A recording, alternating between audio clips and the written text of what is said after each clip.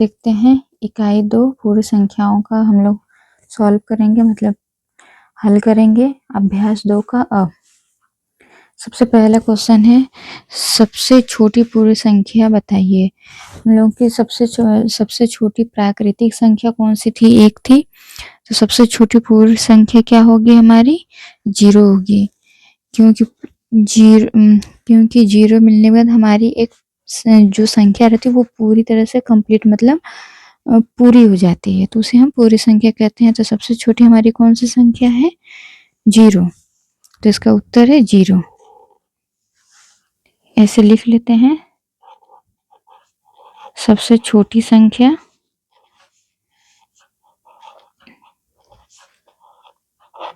छोटी संख्या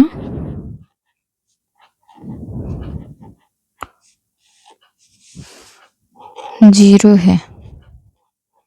ठीक है बच्चों, तो ये हम लोगों का उत्तर आ गया। दूसरा नंबर देखते हैं, संख्या रेखा पर निम्नलिखित संख्याओं को प्रदर्शित कीजिए।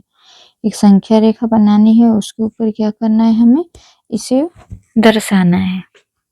तो मान लीजिए ये हमारी संख्या रेखा है।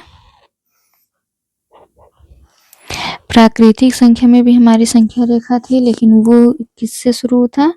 1 से शुरू होता था। लेकिन यहाँ क्या है, पूरी संख्या में किससे शुरू होगा? 0 से शुरू होगा। तो इसे हम संख्या रेखा पर दर्शा देते हैं। शुरुआत 0 से होगा, मतलब 0 से, फिर 1 2 3 4 और ये 5। ये है हम लोगों का उत्तर। तीसरा देखते हैं, 3 क्रमागत पूर्ण संख्याओं में पहली और तीसरी का योगफल 28 है। संख्या ज्ञात कीजिए। पहली और तीसरी का योगफल कितना है? 28 है।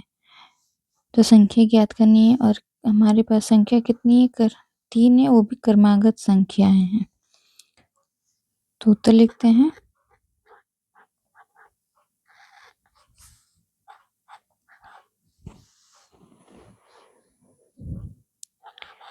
अट्ठाईस पहली और तीसरी है, तो दूसरी का निकाल लेते हैं, इसे 2 से भाग देंगे।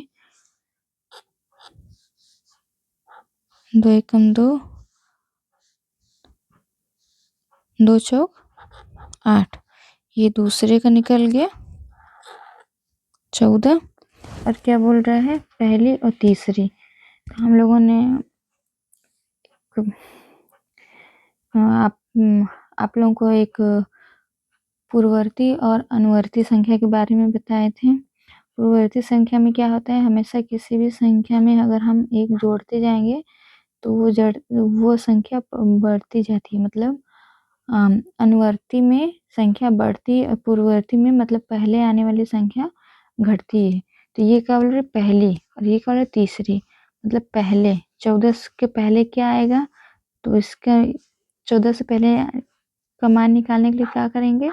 14 में -1 करेंगे। आप लोगों ने पिछली वाली क्लास में पढ़ा होगा। तो कितना आएगा? 13। और फिर तीसरी बोल रहे हैं, तो तीसरी मतलब 14 के बाद, आप लोगों को मैं बताई थी कि बाद को हमेशा प्लस करते हैं। तो 14 + 1 करेंगे तो 15। तो ये हमारी 3 क्रमागत मतलब क्रम के हिसाब से संख्या 1 2 3 या 13 14 15। तो ये हो गया हमारे पास क्या? 3 क्रमागत संख्या मिल गई। 13 पहली वाली 13, दूसरा 14 और तीसरा 15। ये हमारा उत्तर आ गया। ठीक है बच्चों, और चौथा देख लेते हैं। यदि 3 क्रमागत पूर्ण संख्या में मध्य की संख्या 39 है। मध्य मतलब बीच वाली संख्या कितनी है? 39 है। मतलब पहली भी नहीं पता और तीसरी भी नहीं पता, बीच वाली संख्या हमें पता है कि कितना है? 39 है। तो हम ज्ञात कैसे करेंगे, ये समझाने के लिए मैं आप लोगों को बताई थी। तो इसको चलो देखते हैं, सॉल्व करते हैं, कैसे करेंगे। आप मुझसे क्या बोले थे कि अनुवर्ती और पूर्ववर्ती संख्या का जो वो है वो इसमें लगाएंगे, मतलब पहले आने वाली।